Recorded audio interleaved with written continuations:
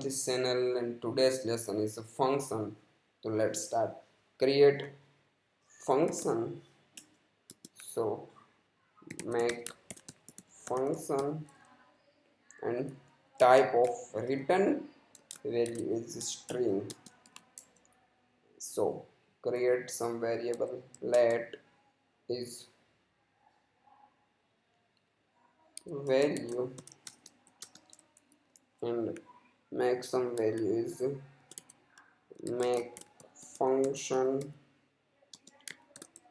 type. So wrong. Make return type function return type function and return type value. So let's store value is value is store is make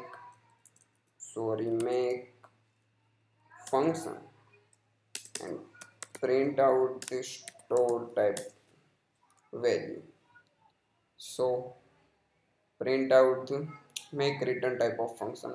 First of all, to execute to call this function and call to store and create variable is a make return type of function and then return type of string and store our variable and then print out this value.